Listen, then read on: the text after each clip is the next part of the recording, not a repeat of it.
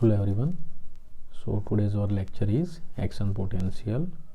This is one of the most important pathway by which our body's different parts communicate with each other. One important thing is action potential. It is seen in nerve and muscles only. They both are known as excitable cells. Muscle includes cardiac muscle, skeletal muscle and smooth muscles. Before we go into detail of action potential, we need to understand some terminology and how our body's nerve and muscle system works, so we can understand the action potential in proper manner. First, our body's receptor systems, they get input in the form of some information. Then this information, it is processed and finally output is generated. Let's start with first, that is input. Input is mostly in the form of sensory information. Now there are so many receptors in our body that get the sensory information from different kinds of stimulus. For example, our eye, they have visual receptors, so they get sensory information in the form of visual stimulus, and then the stimulus, it is converted into action potential and it is sent to brain for further analyzation. One more example is our ear. Our hearing system, it is having auditory receptor, that means it can perceive sound. Then it converts it into action potential. Again, it is sent to brain for further analyzation. Next is our tongue. It is having taste receptors. Our nose, it is having our smell receptors. Our body skin, that is having different touch receptors, temperature receptors. So all this information that is acquired, it is converted into form of action potential and it is sent to brain for further analyzation. In the brain, this information, it is processed and over there decision is made about what should be done. Even it is compared with previous experience, or even over here multiple sensory input are integrated. Like if we see something at this, suppose we see a burger and then we taste it, we smell it. So multiple input system, they work together and send it to the brain, and finally over there decision is made, and from there the decision is sent or the command is sent to the particular system for what it has to be done. Like if we see a tasty burger and brain decides that it is feasible for us to eat it, then what will happen? It will send the message to our hand in the form of action potential. It will pick up the burger, then it will take it near the mouth. Simultaneously our brain, it will send signals to mouth also that open it, take a bite from this tasty burger and eat it. So this is how our body system works. First, sensory information is acquired, it is converted to action potential, then it is sent to brain for the further analyzation. Sometime this information, it is processed at the spinal cord level itself and decision is taken over there. Then from the brain the command will be generated and it will be taken back to effector organs in the form of motor command and the decision will be taken over there. Sensory fibers, they are also known as afferent nerve fibers, and motor nerve fibers, they are also known as efferent nerve fibers. If you want to understand it very easily, simply remember the difference between English words affect and effect. If you use it in sentence, that means the music affected her deeply, that is sensory, something is experienced, so afferent. And his protest, it had no effect, so something is done or not done, that is motor. So afferent means sensory and efferent means motor. So one more time, something is experienced or sensed by sensory receptor then this sensory receptor is sent by afferent nerve fibers to the brain. Over there the information is integrated, and finally there is motor output via efferent nerve fibers, like whether to run towards it or run away from it or walk towards it. It is like that. Next thing that we are going to discuss today is few channels. Now in lecture of transport across membrane, you must have learned different kinds of channel. Those are, if we simply revise it, those are gated channels and non-gated channel. Non-gated channel means simply permeable substance can pass through it very easily. Gated channel, they are of different types. They can be mechanical gated channel, they can be chemical gated. Chemical gated channel, they are also known as ligand gated channels, and voltage gated channels. Now these different channels, they opens only when their prerequisites are reached. Ligand gated channel, they will be only open when particular kind of ligand or chemical arrives and it attaches to the channels. Voltage gated channels, they will only open when particular voltage level is reached. Next is mechanical gated channels. They will only open when some kind of mechanical stimulus is provided to them. For the purpose of action potential, what we are interested mainly is voltage gated sodium channels and voltage gated potassium channels. Over here, these are voltage gated sodium channels. They are having two gates, activation gate and inactivation gate. They open only when particular level of voltage is reached, and once the level of this voltage is crossed, they will again get closed. Next is potassium channels. Unlike sodium channels, these potassium channels, they have only one gate. Next terminology that we are going to discuss is types of changes in membrane potential. Now, earlier we have discussed about resting membrane potential. Whenever membrane becomes less negative than that, it is known as depolarization. When the resting membrane potential return to its previous state after depolarization, this scenario is known as repolarization. And when membrane it becomes more negative than the resting membrane potential, it is known as hyperpolarization. For example, in this graph, you can see that minus 70 millivolt is resting membrane potential. Whenever it becomes less negative, for example, when it moves from minus 70 to minus 60 millivolt, it is known as depolarization. From minus 60 to when again it comes to minus 70, this scenario it is known as repolarization. And when it becomes more negative than minus 70 millivolt, it is known as hyperpolarization. So till now we have discussed all necessary things that is required to understand the action potential. Now we are going to move towards learning of actual action potential. So if you want to define, then the brief sequence of changes that occurs in resting membrane potential when stimulated with threshold level stimulus in excitable cells. So let's break it down. What it means is that the action potential, it will develop only in excitable tissues, that is nerve and muscle.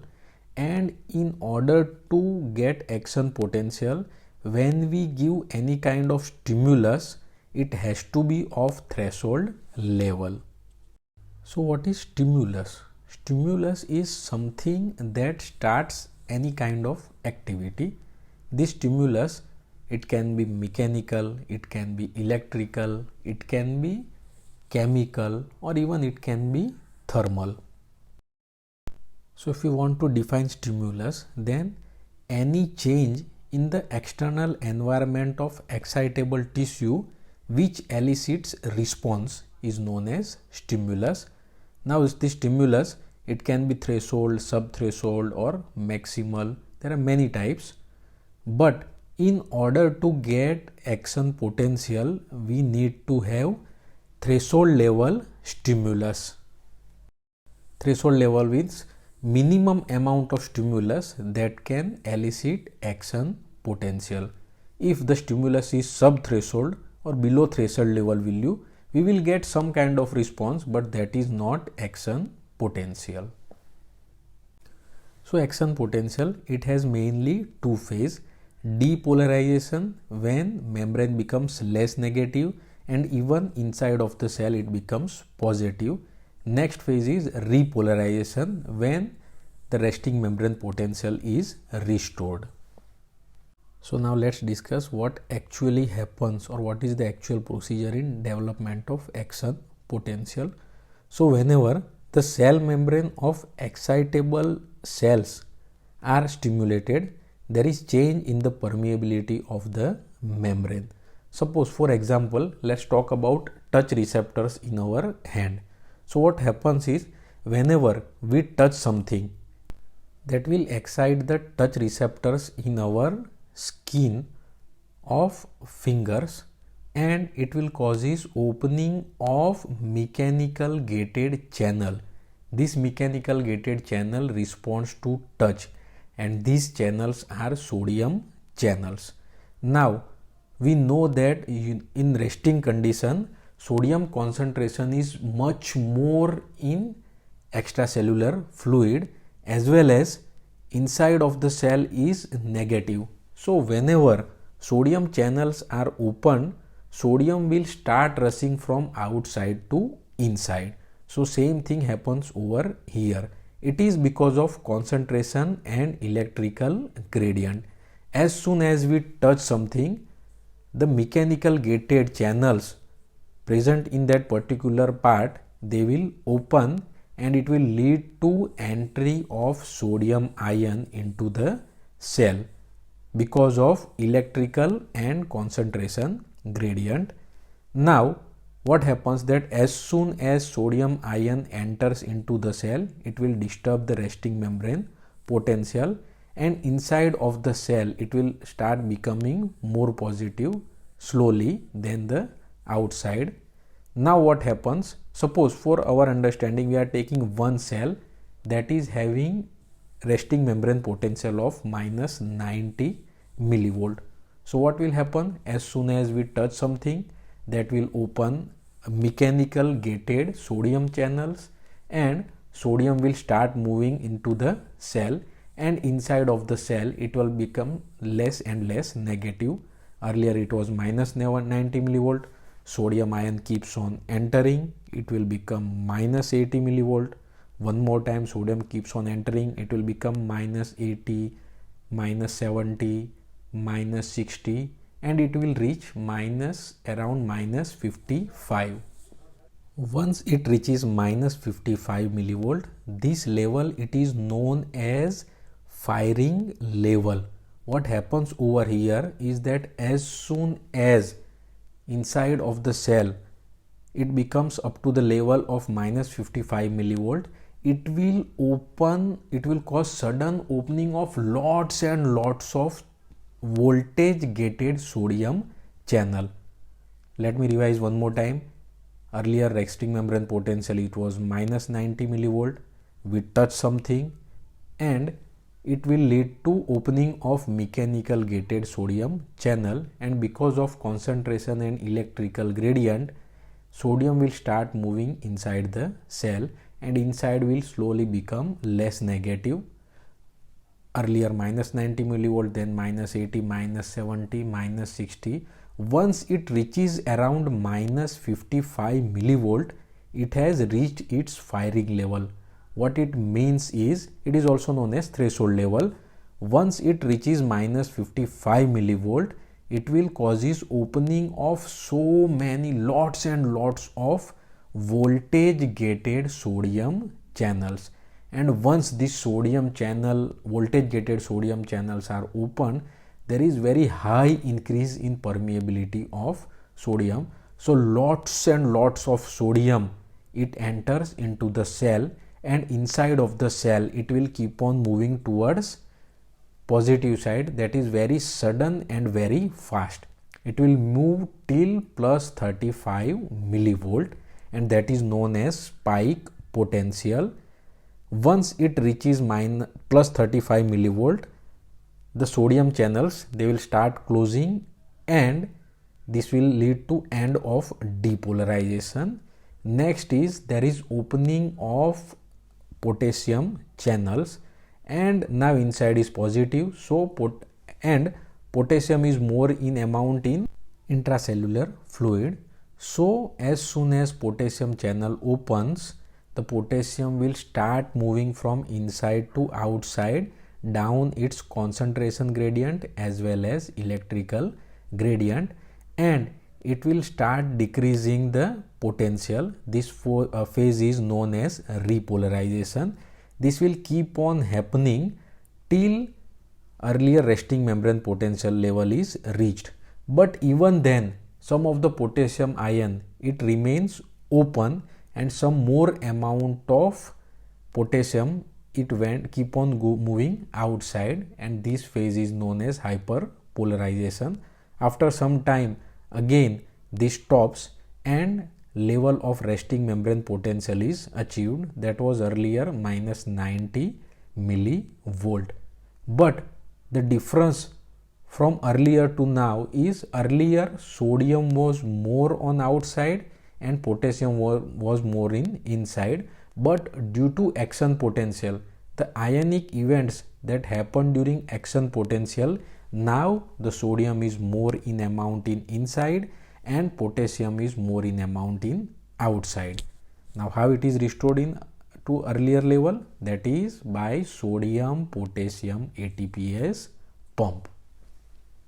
So this is the basic event in action potential. This is what happens in action potential.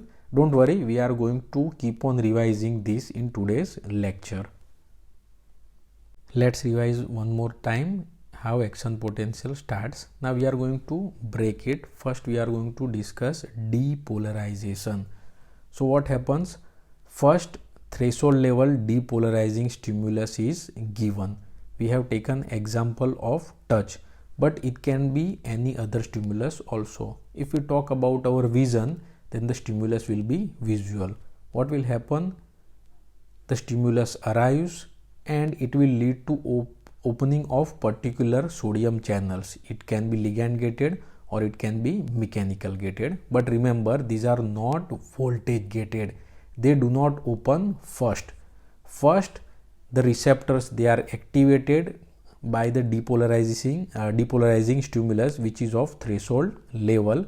It will lead to opening of mechanical gated or ligand gated sodium channels, and it will start moving sodium from outside to inside, and inside of the cell it will start becoming less and less negative. Once it reaches its threshold level or firing level, which is usually around minus 55 millivolt, it can vary slightly up or down in some cells. In some cells it may be minus 60 millivolt, but in most of the cells it is around minus 55 millivolt.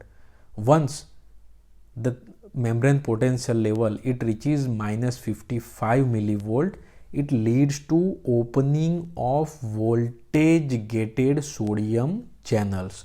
One more time, when stimulus arrives, depending on the stimulus and receptor, it will open ligand gated or mechanical gated sodium channels. Then it will achieve firing level, and then only there is opening of voltage gated sodium channels, and that will lead to movement of sodium ion inside the cell in very high amount, and that will causes depolarization of membrane potential. It will lead to positive feedback cycle, and that will lead to development of action potential. And as soon as sodium starts entering into the cell, the inactivation gate of sodium, it starts to close, and soon it closes, and then depolarization phase ends. So when we are talking about threshold level stimulus, what it means is if the stimulus is not strong enough for resting membrane potential to move from minus 90 millivolt to minus 55 millivolt, or if the resting membrane potential is minus 80 or minus 70, but stimulus has to be strong enough to move it to the level of threshold or firing level. If it does not reach over there, then there will not development of action potential, but there will be development of some kind of local potential, because if it does not reach to minus 55 millivolt, it will not lead to opening of voltage gated sodium channels. This voltage gated sodium channel opening is must for the development of action potential. So next phase is repolarization. Now what happens is there is first depolarization of the membrane by sodium influx, and as soon as it reaches plus 35 millivolt, sodium channel closes, and at this level there is opening of voltage gated potassium channels that will lead to increase in permeability of the potassium, and potassium it starts moving out of the cell and it leads to repolarization of the membrane potential. As soon as it reaches to earlier level, there is negative feedback and this potassium channel slowly closes, and this phase is known as repolarization. But potassium channels, they take some more time in order to get closed, so potassium will keep on moving slightly more on outside, so membrane will become more negative as compared to earlier level of resting membrane potential. If the resting membrane potential was minus 90 millivolt, then over here it will become around minus 95 millivolt or so, and this phase is known as hyperpolarization. Now let's understand what is the importance of threshold level stimulus. Suppose, as shown in this graph, some cells resting membrane potential is minus 65 millivolt, and then we are going to give its stimulus, but stimulus is not very strong. It is of a subthreshold level. So this weak subthreshold level stimulus, it is going to open some sodium channels. Again, these are not voltage gated channels, these are either ligand gated or mechanical gated depending on the stimulus. So it will lead to opening of those sodium channels and there is slight movement of sodium, but it is not strong enough to reach to the threshold level. So again that will cause a slight movement in resting membrane potential, but again it will come back to previous level of minus 65 millivolt because of sodium potassium ATPase pump, but there is no development of action potential. Again we are giving some strong stimulus, but again it is not of threshold level, so there is movement of sodium ion stronger than previous one, but not strong enough to reach firing level. So again it will move to around minus 60 millivolt and it will come back to its previous level. But now this time we are giving strong enough stimulus that is of threshold level or above threshold level. So what will happen? It will lead to open enough sodium channels to move the membrane potential to minus 55 millivolt, which is threshold level or firing level. As soon as it reaches to this level, it will lead to opening of voltage gated sodium channel and it will overshoot it to up to plus 35 millivolt or plus 40 millivolt, and that is development of action potential, and again it will come back to its previous level, slightly more negative than that, and again finally it will achieve its previous level. In this graph you can see phase of depolarization as a continuous line and phase of repolarization it is in broken lines or interrupted lines. So during depolarization there is sodium influx. It is because of concentration and electrical gradients. It drives sodium ion into the cell. In the depolarization phase, over here you can see it moves from minus 65 millivolt to plus 40 millivolt. So if you talk about its amplitude, then the amplitude from minus 65 to plus 40 is around 105 millivolt. Next phase is of repolarization. Over here you can see its green colors continuous line. It is because of potassium ion efflux. The membrane potential, it moves from plus 40 to minus 65 millivolt. Over here you can see the last phase where membrane potential, it becomes more negative than resting membrane potential. It is because of still continuous movement of potassium ion out of the cell, and this phase is known as hyperpolarization. If we talk about phases of action potential, then first one is latent period. Latent period, it is the time taken when we give the stimulus and there is brief interval between we get the response. It is known as latent period. It is kind of time of inactivity. One more thing about this action potential, we are going to learn in detail about these phases. We are going to learn in detail into practicals. Next phase is firing level or threshold level.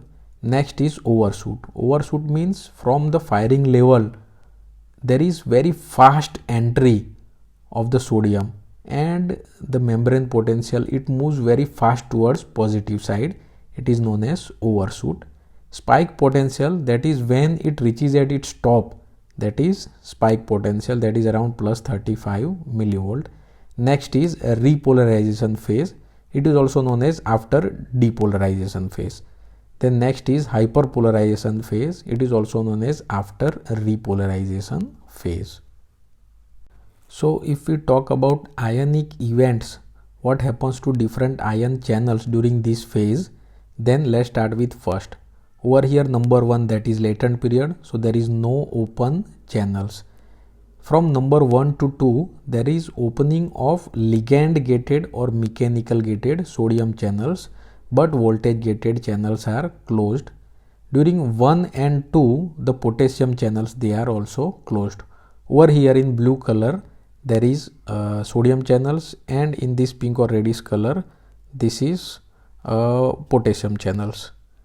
So during first and second phase, both channels are closed. As soon as we reaches phase number 2, that is firing level, there is opening of voltage gated channels and there is influx of sodium ion.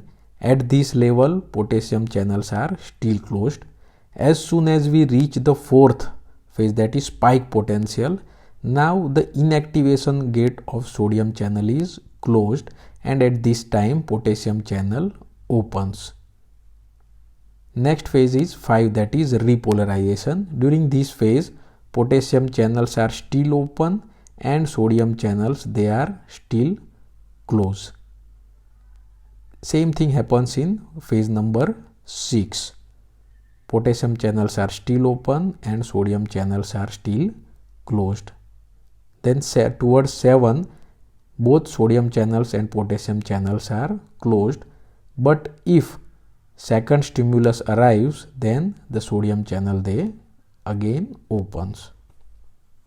Now we need to talk about some peculiarities of these gated sodium and potassium channels. Let's start with first voltage gated sodium channels.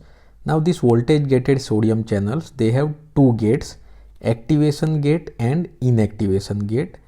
When during resting condition, the activation gate is closed and inactivation gate is open. At that time there is no net influx or net movement of sodium, but as soon as it reaches to firing level, the sodium channels activation gate open and sodium will start moving inside. But as soon as sodium's activation gate is open, sodium's now inactivation gate, it start closing slowly. So after some time, sodium's inactivation gate is closed and sodium's movement will stop. So in order to move sodium from outside to inside, the activation and inactivation gate both has to remain open. Now during early depolarization or before beginning of firing level, there is no influx of sodium, and during even repolarization there is no influx of sodium. But during both scenario, the gate that is open and closed is different. During early beginning of firing level, before beginning of firing level, activation gate is closed and inactivation gate is open. But during repolarization phase, the inactivation gate is closed and activation gate is still open. So it takes some time for this inactivated channel to get activated again. Now there is particular significance of this scenario that we will discuss in later part of this lecture. Next is potassium channel. It is having only one gate. During resting condition it is closed, and during repolarization phase it simply opens and there is movement of potassium. Now this topic of action potential, it is very long. So properties and measurement of action potential, these two things we are going to discuss in next lecture. For today's lecture, this is enough. Of course, we are going to summarize this lecture into Gujarati also. So now let's summarize this entire lecture into Gujarati. તો આપણી બોડીની વાત કરીએ તો આપણી બોડીની અંદર જે excitable tissues છે કે જેની અંદર નર્વ અને મસલ્સ આવશે. મસલ્સની અંદર ઓફકોર્સ કાર્ડિયાક મસલ, સ્કેલેટલ અને સ્મૂથ મસલ ત્રણે આવી જશે. એમણે જો એક જગ્યાએથી બીજી જગ્યાએ કમ્યુનિકેટ કરવું હશે તો એમનું મેઇન પાથવે છે by the way of electrical pathway or electrical signal, અને એના માટે મોકલવું પડશે અમને સંદેશો એક્શન પોટેન્શિયલથી. તો એક્શન પોટેન્શિયલ કઈ રીતે કામ કરે છે કે ભાઈ જે રેસ્ટિંગ મેમ્બ્રેન પોટેન્શિયલ હશે એને જો તમે થ્રેશોલ્ડ લેવલનો સ્ટિમ્યુલસ આપશો જે એક્સાઇટેબલ ટિશ્યુઝની અંદર, તો એની અંદર ઇનસાઇડ હશે એ પોઝિટિવ થઈ જશે અને એને કહેવાશે એક્શન પોટેન્શિયલ. હવે જે સ્ટિમ્યુલસ આપણે આપીશું એ વેરી કરશે. એ થર્મલ હોઈ શકે, ટચ રિસેપ્ટ હોઈ શકે, આપણું વિઝન હોઈ શકે, મિકેનિકલ હોઈ શકે, ઇલેક્ટ્રિકલ, કોઈ પણ સ્ટિમ્યુલસ હોઈ શકે. આપણે આપણા આજના સમજવા માટે એને આપણે ટચ સ્ટિમ્યુલસ લઈ લઈએ. તો શું થશે કે જેવું તમે કોઈ વસ્તુને ટચ કરશો અને જો એ ટાઈમે એ સ્ટિમ્યુલસ સ્ટ્રોંગ ઇનફ હશે, થ્રેશોલ્ડ લેવલનો હશે, તો એ શું કરશે કે એ જે ટચના રિસેપ્ટર્સ છે એમની અંદર ઓપન કરશે એ મિકેનિકલ ગેટેડ સોડિયમ ચેનલ્સ. મિકેનિકલ ગેટેડ એટલા માટે કે ટચના લીધે ઓપન થઈ. જો એ ગરમીના લીધે અથવા ઠંડીના લીધે ઓપન થયો તો એને થર્મલ ગેટેડ કહીશું. ઓફકોર્સ એ પણ પોસિબલ છે, આપણી સ્કિનની અંદર થર્મલ પણ ઓપન છે. સપોઝ તમે કોઈ કોલ્ડ વોટરની અંદર તમારો હાથ બોળી દેશો તો એ પણ એક્શન પોટેન્શિયલના સ્વરૂપમાં તમારા બ્રેઇન સુધી જશે. તો આજના માટે આપણે ફોકસ કરીએ છીએ ટચ રિસેપ્ટર ઉપર. જેવું તમે એ વસ્તુને ટચ કરશો એટલે મિકેનિકલ ગેટેડ સોડિયમ ચેનલ ઓપન થઈ જશે એ જગ્યાએ, અને એના લીધે આપણને ખ્યાલ છે રેસ્ટિંગ મેમ્બ્રેન પોટેન્શિયલની કન્ડિશનમાં જોયું છે આપણે કે સોડિયમની એમાઉન્ટ હશે બહાર વધારે હશે, પોટેશિયમની અંદર વધારે હશે, અને રેસ્ટિંગ મેમ્બ્રેન પોટેન્શિયલની કન્ડિશનમાં ઇનસાઇડ હશે એ નેગેટિવ હશે. તો શું થશે કે જેવી આ સોડિયમ ચેનલ ઓપન થઈ એટલે સોડિયમ તો પહેલાંથી અંદર જવું જ હતું પણ એને કોઈ રસ્તો નહોતો મળતો, તો સોડિયમ આયન મૂવ કરવાનું સ્ટાર્ટ કરી દેશે ઇનસાઇડ, કારણ કે ઓલરેડી બહાર એનું કોન્સન્ટ્રેશન વધારે છે, એઝ વેલ એઝ બહાર પોઝિટિવ છે અને અંદર નેગેટિવ છે. એટલે ઇલેક્ટ્રિકલ અને કોન્સન્ટ્રેશન ગ્રેડિયન્ટ બંનેના લીધે સોડિયમ બહારથી અંદર મૂવ થવાનું સ્ટાર્ટ કરી દેશે. અને જે ઇનિશિયલી માની લો કે ભાઈ રેસ્ટિંગ મેમ્બ્રેન પોટેન્શિયલ છે આ સેલનો -80 મિલીવોલ્ટ, તો જેવી સોડિયમની મૂવમેન્ટ અંદર ચાલુ થશે એટલે -80થી એ ધીમે ધીમે લેસ નેગેટિવ થશે. -80, -79, -78, -75, -70, -65, -60, અને એ રીતે રીચ કરતાં કરતાં એ પહોંચી જશે અરાઉન્ડ -55. હા, જો સ્ટિમ્યુલસ સ્ટ્રોંગ નહીં હોય અને -70 સુધી જ પહોંચ્યું તો પછી કોઈ એક્શન પોટેન્શિયલ ડેવલપ નહીં થાય. પણ સ્ટિમ્યુલસ સ્ટ્રોંગ હશે અને એ રીચ કરી દેશે -55 મિલીવોલ્ટના લેવલ ઉપર, તો શું થશે? એ લેવલ થયું એ થ્રેશોલ્ડ લેવલ અથવા તો ફાયરિંગ લેવલ. એ લેવલ ઉપર કે જે સેલની અંદર સોડિયમ ચેનલ છે, એ વોલ્ટેજ ગેટેડ સોડિયમ ચેનલ, એ બધી વોલ્ટેજ ગેટેડ સોડિયમ ચેનલ જોડે જ ઓપન થઈ જશે અને સોડિયમનો રસ ચાલુ થઈ જશે ફ્રોમ આઉટસાઇડ ટુ ઇનસાઇડ. બહુ જ ફાસ્ટ અને બહુ જ જથ્થાબંધ મૂવમેન્ટ સ્ટાર્ટ થશે સોડિયમની બહારથી અંદર, અને આ સોડિયમની મૂવમેન્ટના લીધે અંદર પોઝિટિવ થઈ જશે અને એ પોઝિટિવ થઈને સેલ મૂવ થશે અપ ટુ +35 મિલીવોલ્ટ અને એને કહેવાશે એક્શન પોટેન્શિયલ. અને આ જે ફેઝ થયો એને કહેવાશે ડીપોલરાઇઝેશન. હવે આમાં જે ખાસિયત છે વોલ્ટેજ ગેટેડ સોડિયમ ચેનલની, કે એની અંદર 2 ગેટ છે. ઇનએક્ટિવેશન ગેટ જે હશે ને પહેલાં ફાયરિંગ લેવલ પર એ ઓપન જ હશે, પણ એ ટાઈમે એક્ટિવેશન ગેટ ક્લોઝ હશે. પણ જેવું -55 મિલીવોલ્ટ પહોંચ્યું ને એટલે એક્ટિવેશન ગેટ પણ ઓપન થઈને સોડિયમની એન્ટ્રી ચાલુ થઈ જશે. બટ સાયમલ્ટેનિયસલી એ જ ટાઈમે ઇનએક્ટિવેશન ગેટ ધીમે બંધ થવા માંડશે અને એરાઉન્ડ +35 મિલીવોલ્ટ પર એ ઇનએક્ટિવેશન ગેટ બંધ થઈ જશે. એટલે સોડિયમનું જે ઇન્ફ્લક્સ થતું હતું એ અટકી જશે અને એના લીધે ડીપોલરાઇઝેશન ફેઝનો એન્ડ આવી જશે. હવે આ +35 મિલીવોલ્ટ પર શું થશે કે વોલ્ટેજ ગેટેડ સોડિયમ ચેનલ હશે એ ઓપન થઈ જશે. હવે આપણને ખબર છે કે અર્લિયર કન્ડિશનમાં પોટેશિયમની એમાઉન્ટ સેલની અંદર વધારે હતી અને બહારની તરફ ઓછી હતી. હવે અત્યારે એટ ધ એન્ડ ઓફ ડીપોલરાઇઝેશન શું સિનારીઓ છે? Inside of the cell A positive છે અને outside of the cell negative છે એની કમ્પેરમાં. એટ ધ સેમ ટાઈમ પોટેશિયમની જે એમાઉન્ટ છે અથવા કોન્સન્ટ્રેશન છે એ સેલની અંદર વધારે છે અને આઉટસાઇડ ઓછું છે. એટલે જેવી આ વોલ્ટેજ ગેટેડ પોટેશિયમ ચેનલ ઓપન થઈ એટલે પોટેશિયમની આઉટફ્લક્સ અથવા તો એનું એક્ઝિટ સેલમાંથી બહારની તરફ ચાલુ થઈ જશે, કારણ કોન્સન્ટ્રેશન ગ્રેડિયન્ટ અને ઇલેક્ટ્રિકલ ગ્રેડિયન્ટ. અને એ ચેનલ કન્ટિન્યુઅસ ઓપન રહેશે, મૂવમેન્ટ ચાલુ રહેશે.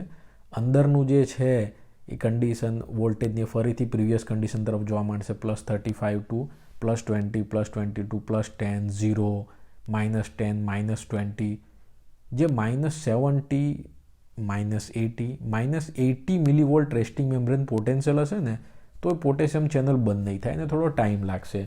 એટલે રેસ્ટિંગ મેમ્બ્રેન પોટેન્શિયલ કરતાં પણ થોડું વધારે નેગેટિવ જતું રહેશે અને એના લીધે એ જે ફેઝ થયો એને કહેવાશે હાઇપરપોલરાઇઝેશન. જે +35 થી -80 મિલીવોલ્ટ કે જે રેસ્ટિંગ મેમ્બ્રેન પોટેન્શિયલનું છે એ ફેઝને કહેવાશે રીપોલરાઇઝેશન. એ થયો because of potassium channel opening. અને ત્યાર પછી જે હાઇપરપોલરાઇઝેશન છે કે જેમાં રેસ્ટિંગ મેમ્બ્રેન પોટેન્શિયલ કરતાં પણ થોડું વધારે નેગેટિવ છે તો એને કહેવાશે હાઇપરપોલરાઇઝેશન. અને ત્યાર પછી પોટેશિયમ ચેનલ બંધ થઈ જશે અને સેલ પછી પ્રિવિયસલી આરએમપીની કન્ડિશનમાં આવી જશે. પણ અત્યારે શું સિનારીઓ છે સેલની અંદર સોડિયમ વધારે છે અને પોટેશિયમ બહાર છે. હવે સેલને પ્રિવિયસ કન્ડિશનમાં તો લાવવું જ પડશે. તો એના માટે જે આપણે ડિસ્કસ કરી લાસ્ટ લેક્ચરમાં એ ચેનલ ફરીથી કામ કરવાનું સ્ટાર્ટ કરી દેશે. That is sodium potassium ATPase pump. 2 પોટેશિયમને અંદર લાવશે અને 3 સોડિયમને બહાર ફેંકશે. એના લીધે ફરીથી જે પ્રીવિયસ કન્ડિશન હતી સેલની કે જેમાં સોડિયમ બહાર હતું વધારે અમાઉન્ટમાં, પોટેશિયમ વધારે અમાઉન્ટમાં અંદર હતું અને અંદર હતું -70 ટુ -80 મિલીવોલ્ટ, એ કન્ડિશન ફરીથી આવી જશે. અને ફરી એકવાર જો આપણે કરીએ તો આના જે મેઇન ફેઝ છે ડીપોલરાઇઝેશન અને રીપોલરાઇઝેશન. ડીપોલરાઇઝેશન છે સોડિયમના એન્ટ્રીના લીધે થાય છે અને રીપોલરાઇઝેશન એ પોટેશિયમના આઉટફ્લક્સ અથવા તો એક્ઝિટના લીધે થાય છે. So with this we finish our today's lecture. Action પોટેન્શિયલનો હજુ એક લેક્ચર થશે અને એમાં જે એની બીજી પ્રોપર્ટીઝ એ કઈ રીતે મૂવ થાય છે એ બધી વસ્તુઓ આપણે ડિસ્કસ કરીશું. Thank you very much.